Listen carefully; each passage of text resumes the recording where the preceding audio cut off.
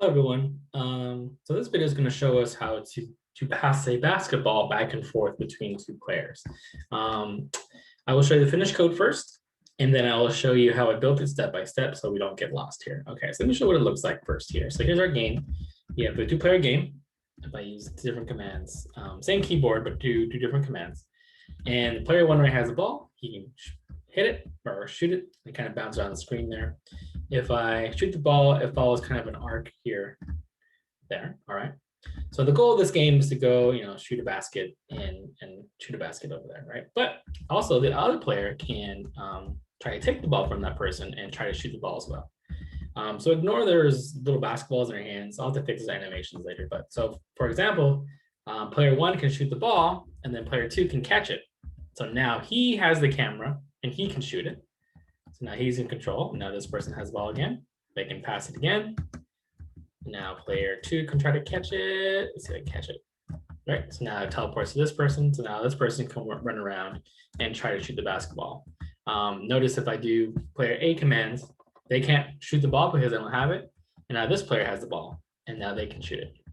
So those will work if you need to pass an object back and forth for like two-player games like basketball or something else. So let me show you what the end code will look like. So you can take a screenshot and then you can try to build it yourself. But I highly encourage you finish the video and you watch it with me and I will build it with you guys here.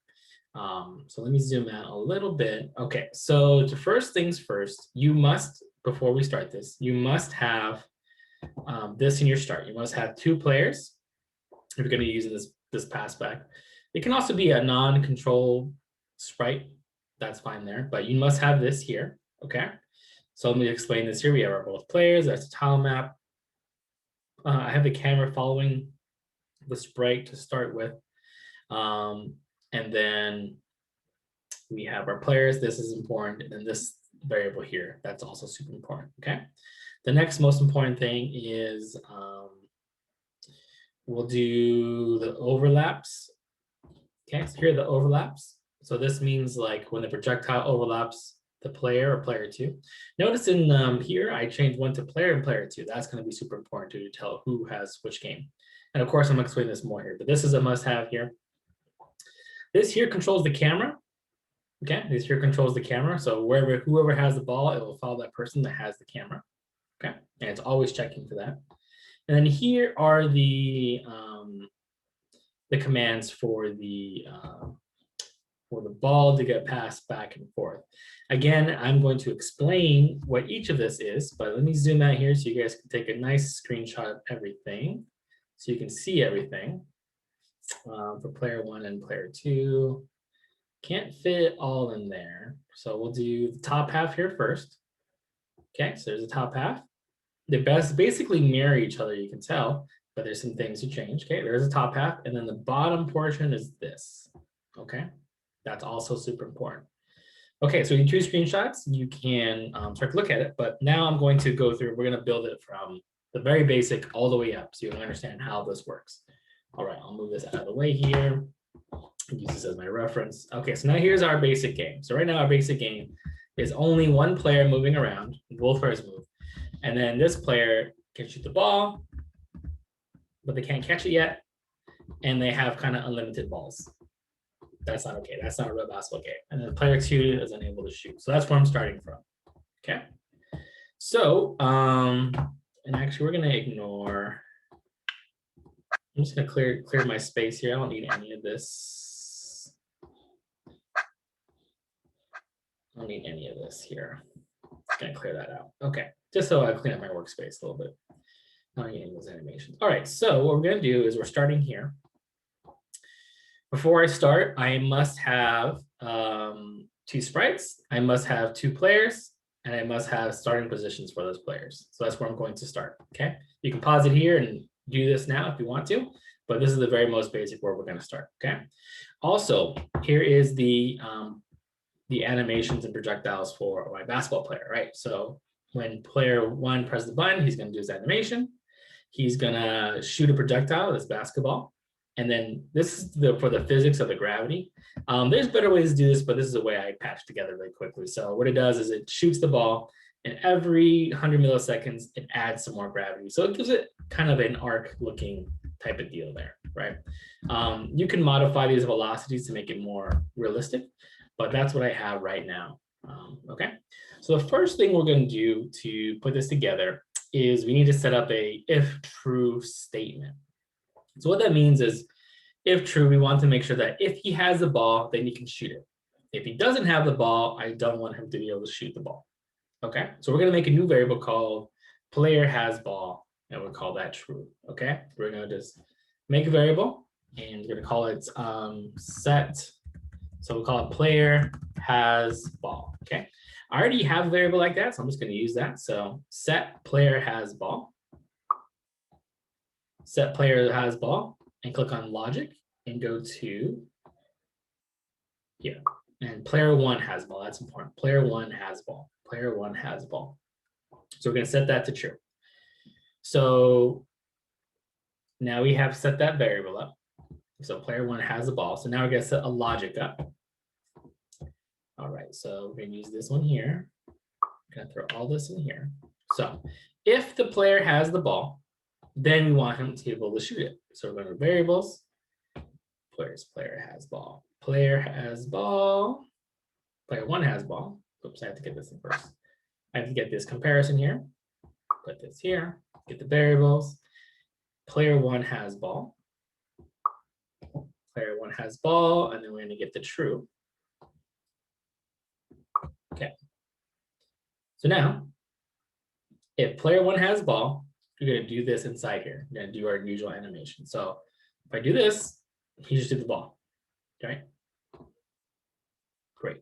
But he still has, he shouldn't have a limited basketball. So after he shoots the basketball, what needs to happen is he needs to not have the basketball anymore. So we have to set the basketball to false. So what we're going to do is we're going to go to set variable to false. So set player has one, player has ball to false. Okay. So if the player has a ball, which he does in the beginning, do this, and then after you're done doing this, then set it to false. So we're going to push A. So now you should not have any more balls. You just shot it. Okay, great. So now what we're going to do, just to, because the ball kind of disappears into nowhere land, I'm going to add some sprite controls here. So stay on screen and bounce on wall. That's going to be important for us to have. So I'm going to put this under here. Stay on screen and bounce on wall. This will make it a little bit easier. I'm going to change basketball. Don't forget those commands there. All right, so now when I shoot it, you shoot one basketball, it should bounce around. Great, there it goes. But now I need a way for him to catch it. Now I need a way for him to catch that ball. Because he can't catch it right now, he just kind of shoots it. He can't shoot more, there's no way for him to catch it. So I need to do an overlay or a collision interaction, okay? So now let's do this. Let's do this over here. And yeah, we'll do this. We'll do it down here. Okay, so we're going to go to sprites. And we're looking for this one. So on sprite kind of projectile. So that's our basketball. And you can call the projectile a basketball you like. You can change that later, but I think that's just fine for now. So see, it says projectile, that's our basketball. So when a projectile overlaps the sprite kind of player, we call it, that's our first player there.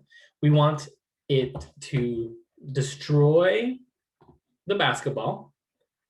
We want the basketball to go away. That's the projectile. And then we want the player one to have the ball and be set as true. Okay, all right, here we go. Let's see here, push play. There we go. All right, so now what should happen is if I shoot this ball, ooh, nothing happens, because what happens is I shot this ball immediately and the ball got caught and destroyed immediately. So now I don't have anything. So refresh it again. What's happening is I'm shooting this ball and then the ball disappears immediately. So what I need to do is I need to prevent my player from hitting that ball, and then it goes away. So let's do this. So what we're going to do is we're going to change our player sprite type at the beginning. So we're going to change set sprite to type. Where is it? Here it is. All right, we're going to set. And what's this sprite called? This sprite is called my sprite. Okay, so my sprite. Yep. We're going to send them to make a new kind, add a new kind, non-player. This is just so it doesn't interact with it. So now we're going to set player to non-player. Okay. But then what we have to do is, so what we're doing is, well, I'll show you what happens. So I push it. So now he can shoot it, but now he can't catch it because he's not a non-player yet. So I have to change him back to a player. So we had to add this so we could shoot the ball, right? You had to make him like invisible first to the ball, and then we have to make him visible to the ball again. So down here, I'm going to add set, set. After you do all that, set it back to player, right? So he's already a player as we make him a player over here, but we got to change it back to a player here. All right, so now when I shoot the ball will go around and I should be able to catch it. There we go. There we go. All right, so that is the first part. Can I catch this again? All right. So we have this here. So destroy the sprite means destroy basketball, and then set basketball to player true. And now the whole cycle again repeats. Let's see, let me make sure I have everything here. Let me check my original code to make sure I have it. Okay, and now the next thing is else. We have to set up an else situation. Else, if he doesn't have the ball, we have to set that ball to false. So what we're going to do is, or we have to set that condition to false. So what I'm going to do is we're going to go to sprite player one has balls. So if he doesn't have the ball, that means he doesn't have the ball. So we're going to set to false. Set to false. Okay.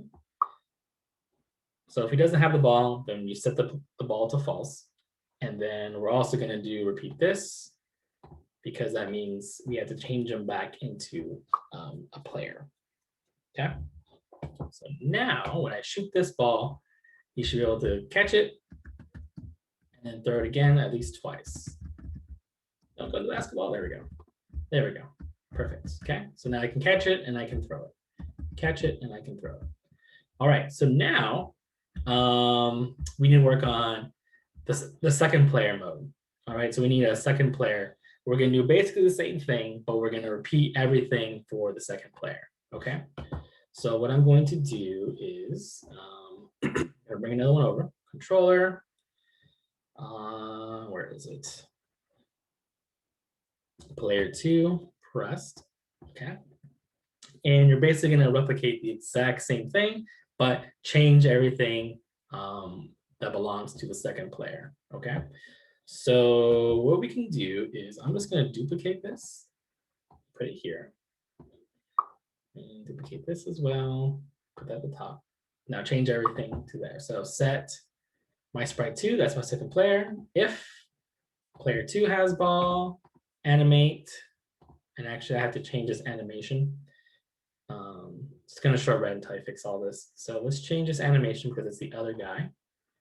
So I'm going to flip him and color him red so he matches. Beautiful. Fill my color in there. All right. So set player to kind of non-player. Player 2 has the ball. Great. Animate my sprite 2 set. That's the same. That's the same. That's the same. Okay, this one is set. Player 2 has false. Set my sprite 2 to kind of player 2. That's what I need to do. Player 2, this is also player 2. And set my sprite 2 to player 2. All right, will that work? Okay, so we still need to work on the collision part. So we copied all that and we just make sure everything matches. So every time you see player 2 is my sprite 2, player 1, just go double check it here. basketball says the same. Actually, I gotta change the basketball too because we have to shoot the other direction.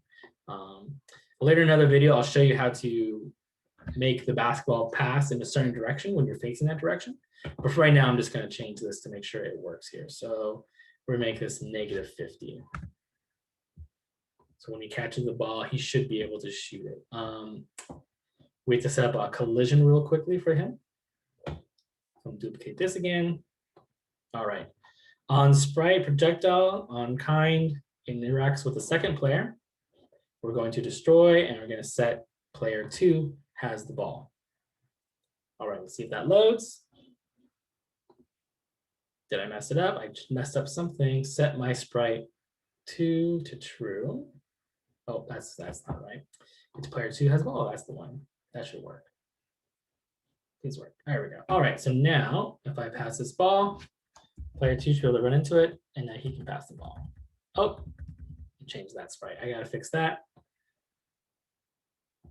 All right. Yeah, I animated my sprite. So it's gonna be my sprite 2. Change my sprite to that. To player 2, made him non-player. Okay, let's try this again. All right, catch the ball. Did I catch it? He's not shooting the ball, I think, because he's still running into it. All right, let's figure this out. I'm gonna pause this while I figure it out. Okay, I figured out the issue. So I forgot to change this last variable here. So everything was the same, but I forgot to set projectile from my sprite to be my sprite 2 and the second player. So what was happening was when I pressed A, it wanted to shoot the ball from the other player, and the other player was already set up as another player, not a non-player. So the ball was instantly destroyed. So don't forget this, set my sprite 2. And now if I push U just to test it, yes, he should shoot the ball just fine. All right, and then see if we catch it again. Have him shoot. There we go. There we go. Now we're all set. All right. And now we have to work on the camera control. So right now, if the other guy had the ball, he has the ball, but the camera doesn't follow him. So we'll set up those controls now.